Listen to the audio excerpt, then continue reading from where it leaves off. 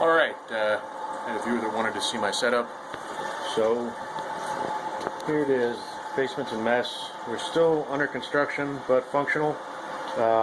This is running today because I'm doing a little experiment to see if using regular old vinyl tubing makes any difference in the flavor.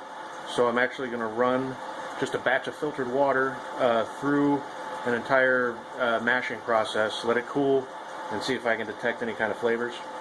My boiler, this used to be my moonshine still. This is an Essentia, I think it's called, 7.5 gallon single element boiler. I don't even think they make this model anymore. It came with a like 1500 watt element that used to be in that hole. I pulled that out and I put in a 5500 watt out of a water heater. I used a junction box from Lowe's to put it in,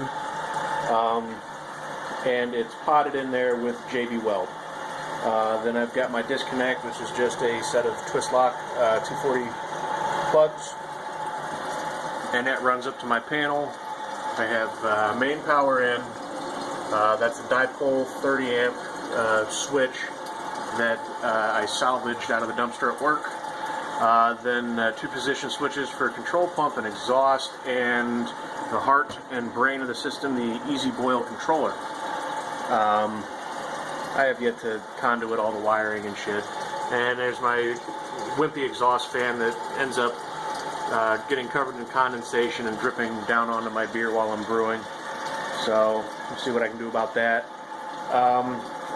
Then I put in a Biab Classic thermometer for quick, easy temp reading, and a stainless ball valve.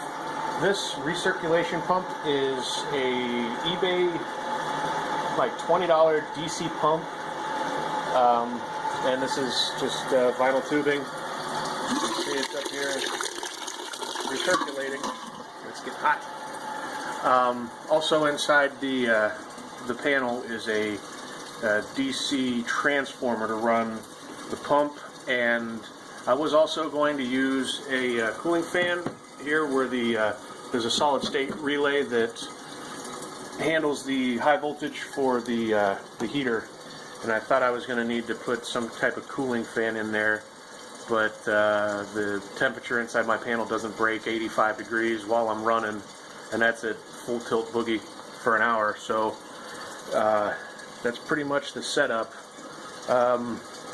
Eventually there will be a stainless T here with a thermal well going down in there, into which my temperature probe will go, and then the recirculation water will be coming in the side, and then I have ordered a spray nozzle.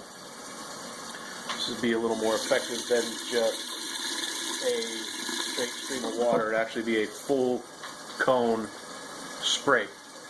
So that's my brewing rig and my dirty basement. And there's some brown ale. Anything else you want to know, just ask.